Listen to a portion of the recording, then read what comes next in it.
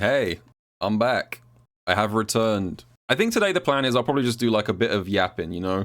We'll do a bit of a retrospective about Capcom Cup and everything that you guys missed from behind the scenes.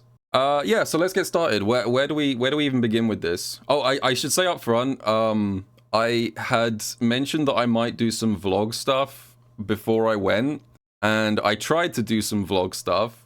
I was recording some footage at the airport with a selfie stick, and I felt like such a fucking idiot. It's weird, like, I have no problem talking to a camera on stream and stuff. Like, when I'm in my house and I'm just yapping to you guys, it's very natural for me. But when I'm out in, like, a public place with my phone on a selfie stick and I'm just talking to myself in, like, content mode, I felt so fucking stupid and, like, so conspicuous. I'm sure someone was giving me the, like, side eye, you know? So I didn't end up recording much in the way of vlog stuff, but I did record a bunch of like mini interviews, quick-fire questions with people in the practice room. So I've got a couple of YouTube videos coming out over the next few days, going over some questions that I had for other players. I think I did the top 5 character one is already out. There should be a couple more of those coming out over the next few days. So let me start from the beginning. Let's not get ahead of myself. I flew out to Japan. It was 14 hours. I don't like super long flights. I don't know about you guys, but I have this thing where when it comes to long flights, I'm okay for about 10 hours. I can keep myself pretty busy and entertained for about 10 hours, you know, watch a couple movies, listen to a podcast, maybe read a little bit. 10 hours is about all right for just, you know, distracting myself. But I always find that those last like 4 hours after the 10, they really drag. That was a long ass flight, and I can't sleep on flights either. So yeah, I was absolutely exhausted when I arrived. So I was super tired and jet lagged when I arrived, and then the next day was like I arrived on like in the evening, and then first thing the next morning was the media day. I woke up at like 4 a.m. jet lagged as fuck, and they're like, okay, it's time for the media day. Okay, I just want to say this horrible. This is so bad. This was the photo that was used like all throughout the week. Can I just say there are some things about this photo that I'm responsible for, but there are also things that I feel like Capcom did me kind of dirty. So first of all, you can see I've got these like the biggest bags in the universe under my eyes because, like I said, there was no downtime after arriving in Japan, jet lagged as fuck. I look like I've not slept in 6 weeks, which, I mean, I look tired at the best of times, but this is not ideal. When I went to the media day, they told us you have to wear your, like, sponsor uniforms, like, you know, your sponsor jerseys and stuff. And I was like, oh, okay, I'm not sponsored, so I'll just wear my own stuff. And then, like, 5 minutes before we start taking photos for the media day, they go, where's your sponsor jersey? And I said, oh, I'm not sponsored, I'm just gonna wear my own stuff. And they said, nah, you can't do that, buddy. You gotta wear some Capcom merch. And I was like, oh, okay, so like, what do you have for me to wear? And they were like, you've gotta wear one of these Capcom Cup jackets. And I went over to the table to go get one. Every single size had already been taken. The only sizes on the table that had not already been taken by everyone else was like XL and XXL. So this is why, can you see how like this fucking jacket is like 2 sizes too big for me? Like the neck is like swallowing my head and the whole thing is like baggy as hell. So that's number 1. Number 2, this stupid, this pose. This is not my fault, this pose. When I was going to take the photo, they said, we need you to pull like a fighting stance, you know? Square up, square go like, you know? And I said, okay, and I did this, right? I did more of like a traditional, like, boxing pose. And they said, we can't use that, unfortunately, because your hands are covering your face, right? They said, you know, your hands are covering too much of your face. We can't use that. So they told me to lower my hands. And they were like, yeah, we still can't use that. Your hands are still covering your chin and stuff. Can you lower them even further? So like they asked me to lower my hands like 3 times until I had this like dumb stance like down here somewhere. The only thing I would say is my hair looks fucking insane, and that's my fault. I'll take responsibility for the fact that I look like I've been dragged backwards through a hedge. I probably should have got a haircut before I went. the rest I'm blaming on Capcom for that one. Anyway, so ignoring this picture, like I said, I was really tired all throughout the media day because I was just jet lagged as hell and I had no time to recover. And I was really worried that I'd be jet lagged and tired and in a bad mood all throughout the event. But thankfully, the power of Japanese food saved me. Hold on, let me get you a photo. I needed like an emergency pick-me-up meal, so I went out to get ramen. This ramen was like life-changing experience, honestly.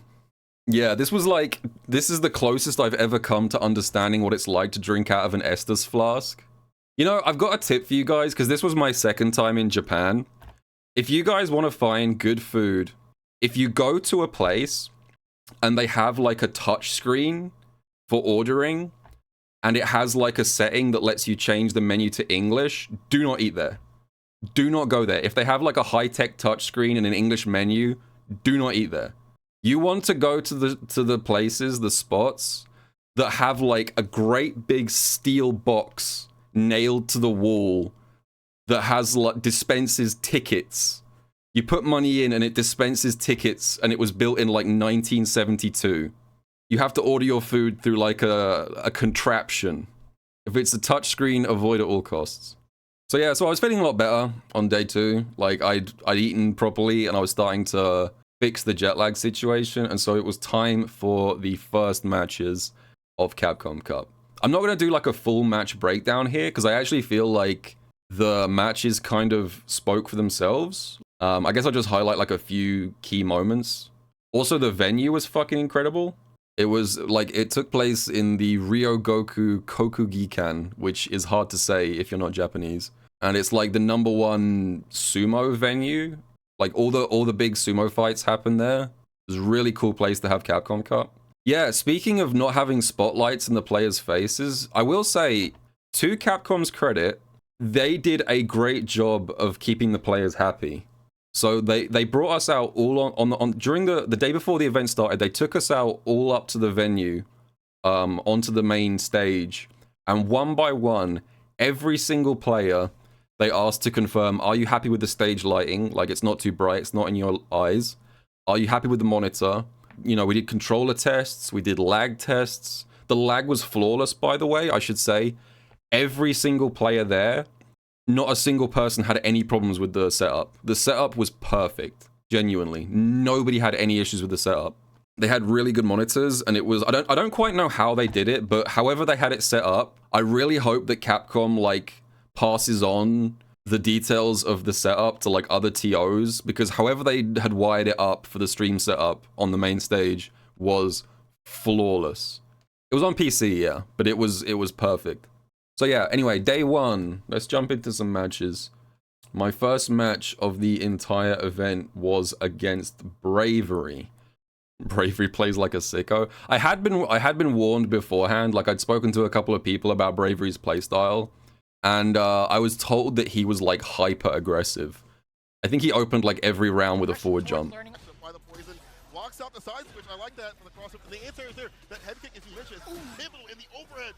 This is what I've said a million times before, by the way. Drive rush overhead is overpowered in high stakes matches. Yeah, I used it a lot. I think the only person who didn't get opened up by an overhead was Blaz. I think Blaz is like, I'm pretty sure Blaz is like immune to overheads. Like, not to jump too far ahead, but like Blaz versus Kakeru, I'm pretty sure Kakeru went for overhead like 50 times with JP. I don't think he landed it a single time.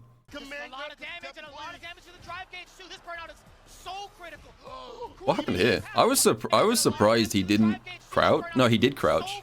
Most people, like, when they see you flying into the air, like, most people's reflex is to stand block because they treat it like a jump in. I was so surprised.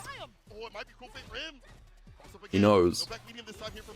Actually, you know what's crazy? I should get you guys want a bit of behind the scenes info. I was talking to Bravery after this match. You guys want to know something crazy?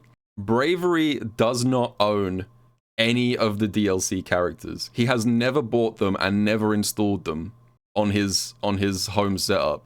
Like, he literally told me that he's learned all of the matchups entirely just by vibes and playing against each other. Like, he cannot use training mode against Aki. I was like, That was crazy.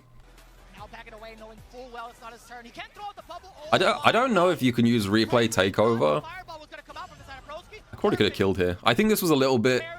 This was one of those awkward situations where I couldn't really tell if this was a kill range or not. Like, I'm pretty sure if I finished that combo with a double drive rush, I probably could have killed, but I was hesitant to leave him alive with a pixel. Sharpen up on defense. Just a little bit. Throw right after this.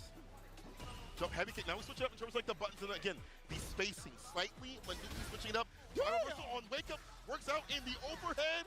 You are dead. No more at the so I get game one.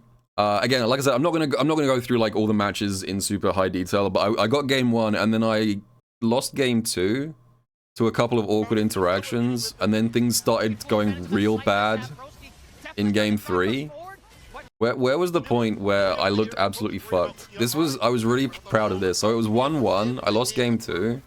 This was probably the round that I was most proud of out of the entire event, this one right here. Because I got the absolute shit kicked out of me. Bravery is playing so much sharper, but Broski now, with his chance at offense, get the Serpent Lash, Command Dash on in there, doesn't really get the Oki that he was looking for, I guess.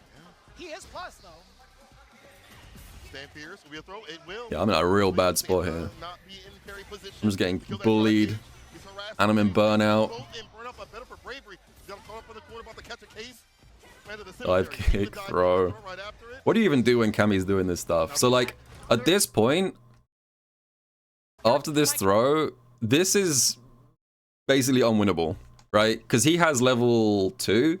If he had just done normal into level 2 here, I would have just instantly died, but I could tell he was feeling a little bit concerned about getting hit by Wake Up Super.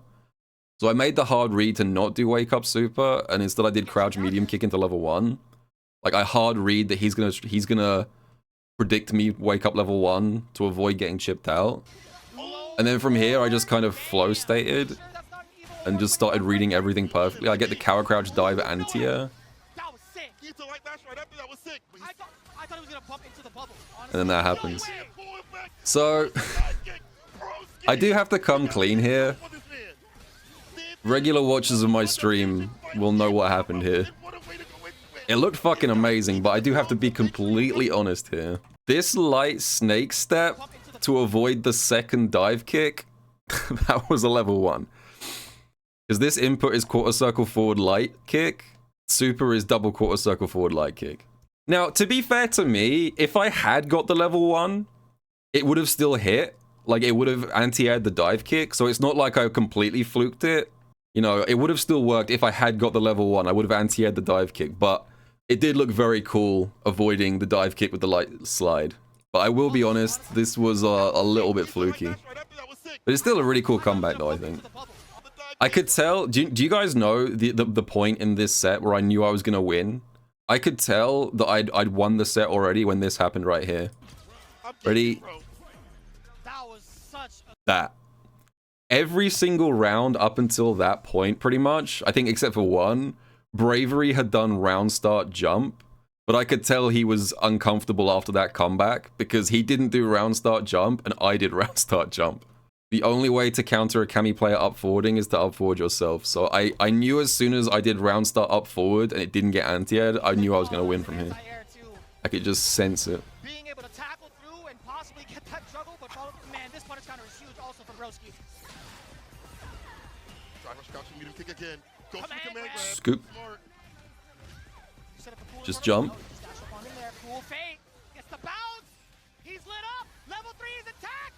Broski can end it all right here. He does so with a big cash on the level 3 and a perfect PSA public service. All right. So yeah, I was really happy about this because the absolute worst thing that can happen at Capcom Cup is getting off to a bad start. Like, correct me if I'm wrong, but I'm pretty sure no one in Capcom Cup history has ever made it out of groups after going 0-2 on day 1. Like, I don't think that's ever happened. So if you get off to a bad start in Capcom Cup, you're basically fucked in this format. So I was very happy to get off to a good start here. Game 2 is against VX Bao. Shouts Problem X. Yeah, I played a lot of sets against Problem X before this. This whole set just went really well. I think VX Bao just wasn't quite playing right on day one.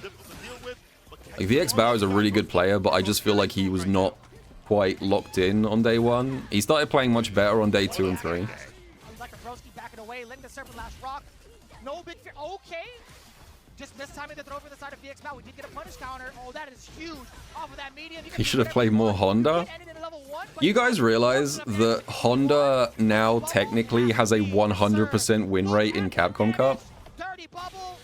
2 games, 2 wins. Honda top 1 confirmed. You guys, by the way, again, just jumping ahead, because VX Bao on day 3 used Honda against Bravery. You guys should have heard the crowd when VX Bao brought out the Honda. In a sumo venue in Japan, the sumo venue, the crowd went fucking nuts when VX... I think that was the loudest I heard the crowd, like, in the entire group stages, was when VX Bao brought out the Honda. Evade with anything else that would have followed up from an actual successful background house, but it's not going to lead to much either way. This is just a Bison round. One throw away. And Broski thought... I basically just kept mashing on Wake Up here, because I just figure, like, this round is probably already over. Might as well just fish for a counter hit.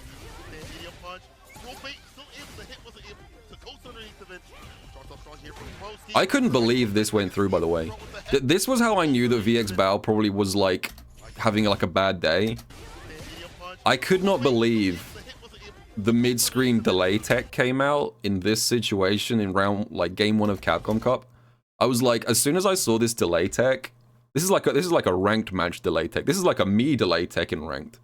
I was like, oh, okay, this is probably, he's probably not locked in 100% today. Heavy lash ender. Dash will throw right after. In his face.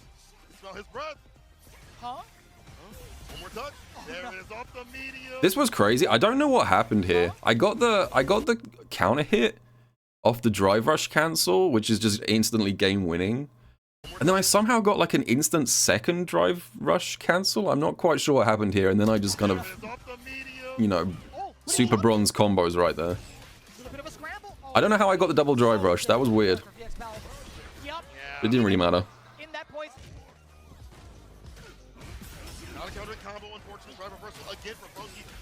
Right, he was just running into stuff at this point.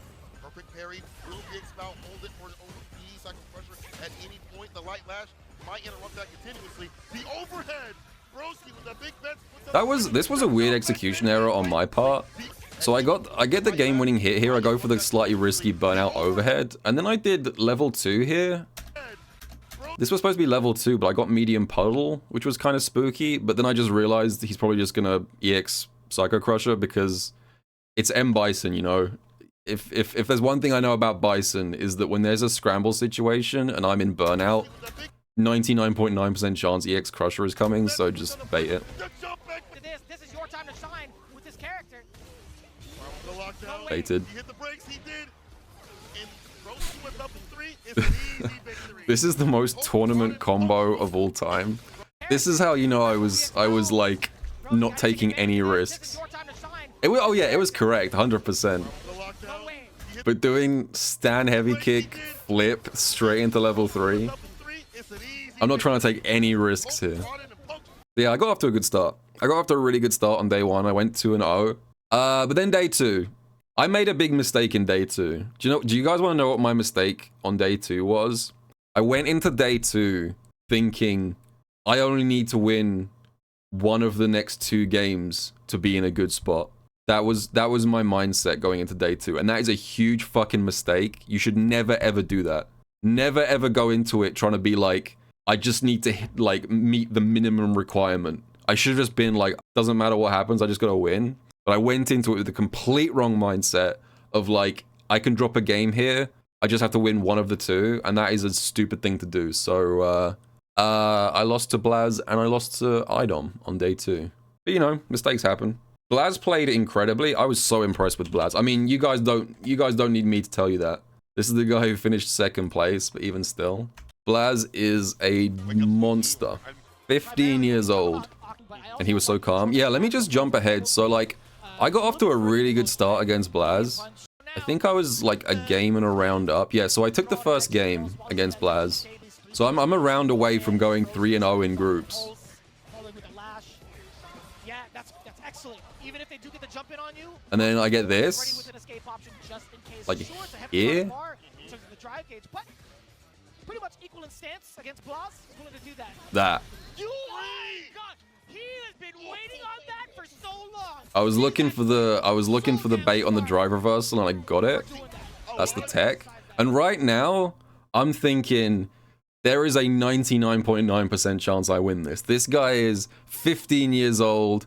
He is 1 round away from losing this set. He is currently in burnout against Aki with a huge life deficit. I was absolutely sure Blaz was going to crumble right here. I was like, this is going to be easy street. We're fine. And then he does this. How many times have we seen that on the street? He blocks a few normals, and then he does that.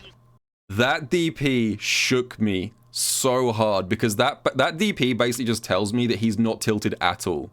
The fact that he knew that I was going to try and get back in with the flip for plus frames, with those 15-year-old reactions, this DP tilted me, genuinely. I was like so sure he wasn't going to be ready for it, and he just played so solid in burnout.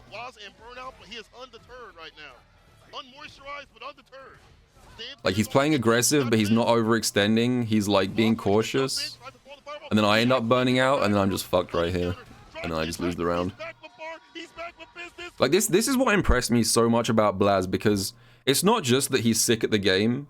Like, his reactions are incredible, his game sense is incredible, he's a really talented player, but also the fact that he is so calm in that situation and so composed to like not freak out when you're in burnout in that situation at Capcom Cup, your first Capcom Cup, your first like big international super major. That was incredible. I was so impressed. Blaz is a very talented player. So yeah, so I was kind of tilted by that. I think that kind of threw me off. And then I think after that, he just robbed back control of the set. Yeah, this kid has a bright future ahead of him. Is it 2 rounds straight here? Yeah. Yeah. We lost to Blaz, but I got outplayed. It'd be like that. The second place finisher of Capcom Cup, which we didn't know at the time. And then I had to play against IDOM. And I think the set against IDOM was the one that I was least happy about in terms of my own performance. The set against IDOM was really ugly. Like, I don't even know if I want to watch this back. It was so messy. Not just from my side. Both of us were dropping like crazy. It was like the ugliest set of Capcom Cup. I was playing bad in this set. IDOM was, I don't think, having a great time either. We were both just... This was a sloppy match. I will say, am I allowed to complain about one thing? I'm just gonna skip right to the end. Can I complain about this right here? Capcom. Capcom, please. This is a thing that happens with Aki. This happens like 1 in every like 200 EX Cruel Fates. This is one of those extremely rare interactions that happens very, very occasionally. This move is supposed to be +2 on block, but very occasionally it does this thing where it hits once, the rest of the follow-ups whiff, and you end up behind the opponent. Like, it's not connecting properly. So this is supposed to be like +2 on block, but in this situation, Aki is like -18 or something stupid.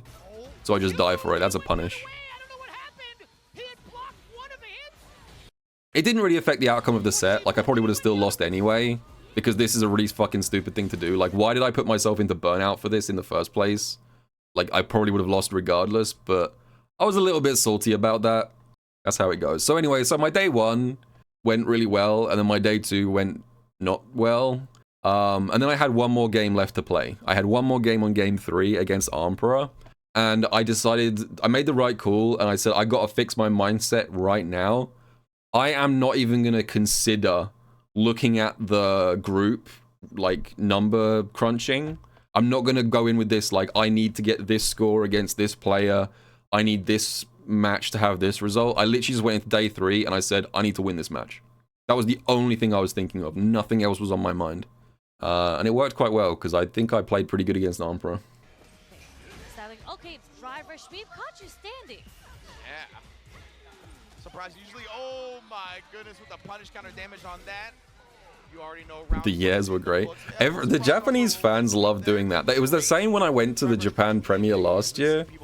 Whenever a match was playing on stream, all of the audience was doing the yeah, yeah, in time with the loading screen every single time. They love that shit. Have a nice clean jump roundhouse coming from Arper. That's a lot of meter spend. I felt like, tell me what you guys think. Maybe this is just me. I felt like this was a really bad level 2, and it showed me that Emperor was a little bit desperate. Like, he gets, so like, he's around down.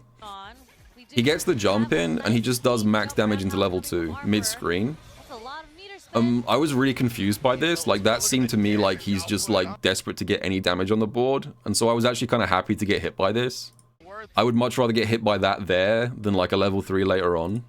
Tried to get that confirmed with the roundhouse into the level 3, I feel. Got a little too greedy with the third one. Whiffing. No, can't do that. Just barely got the DI counter.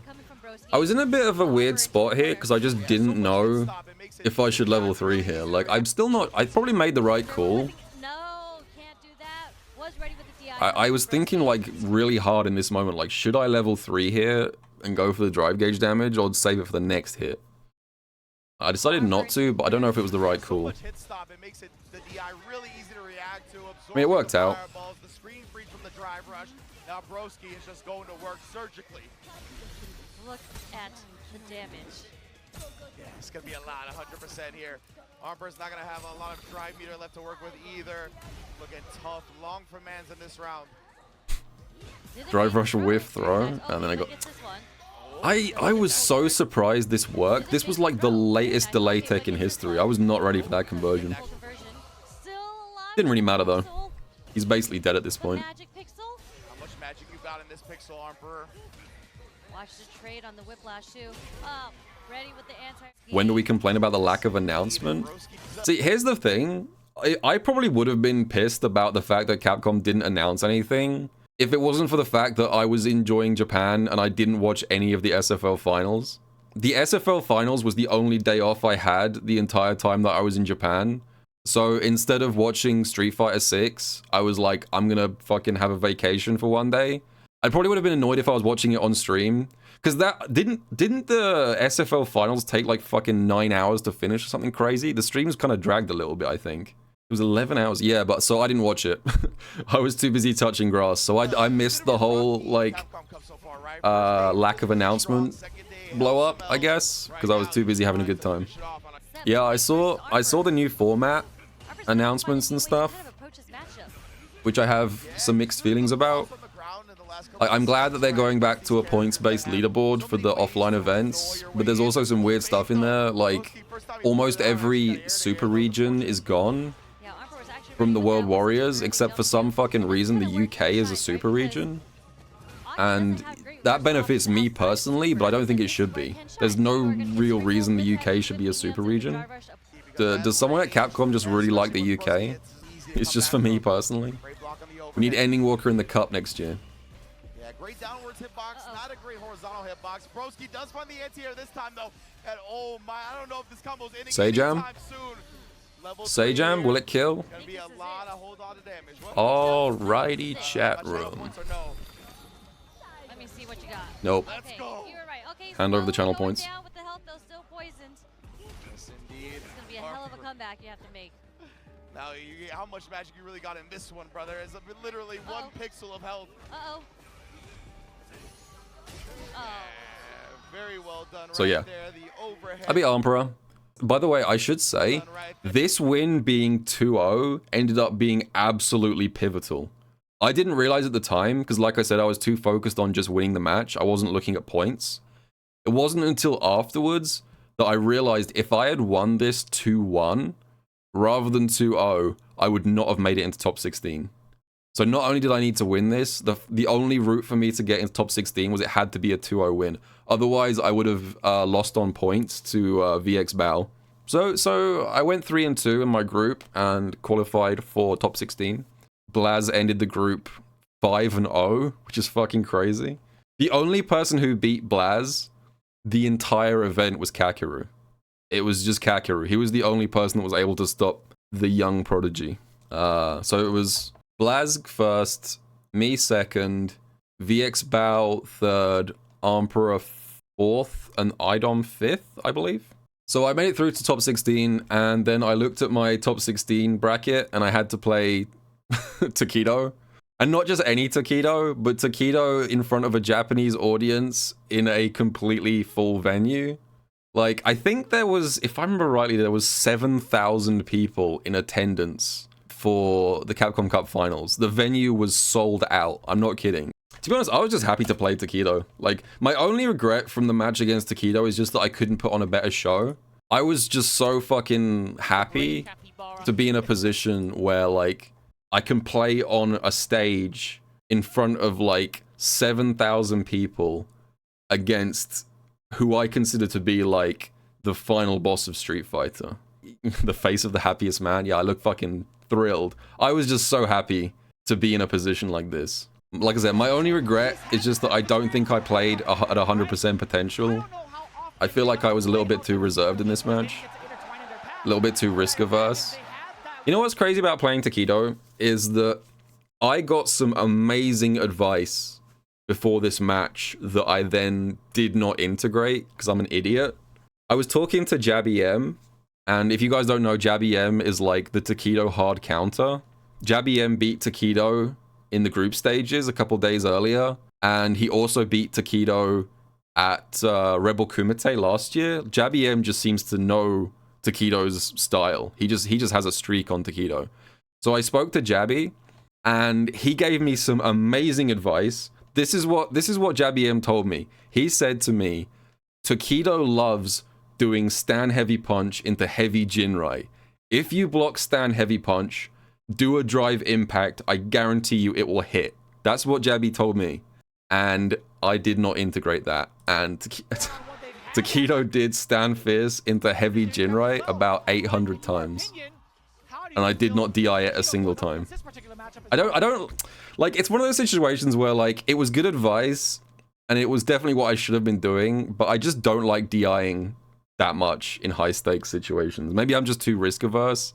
I just do not like DIing in high stakes situations, but if I had listened to Jabby M, things might have gone different. But it's high risk, high reward, you know? With punish, a light serpent lash here, it can help out with certain things. So Broski has to be very attentive towards his spacing. But then when you get trapped in the corner... Yep, see? Literally, this is... Jabby M literally told me, if he does a stand fist, do a DI, and it will work, I guarantee you. And if I had done it right here, that would have instantly been a punish counter drive impact, but... yeah. So I'm officially signing the Jabby M apology form. I should have listened.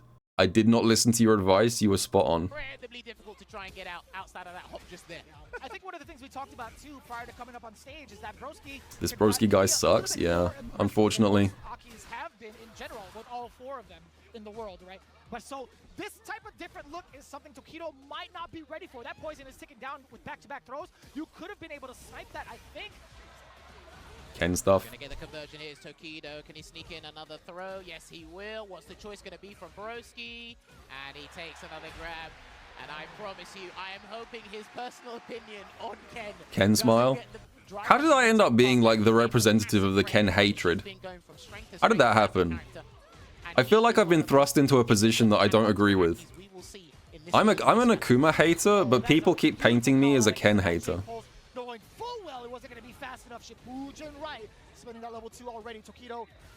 Probably that Ken video? That Ken video was like I've talked about this before, but the reason that I made the Ken video is because I feel pretty neutral towards him.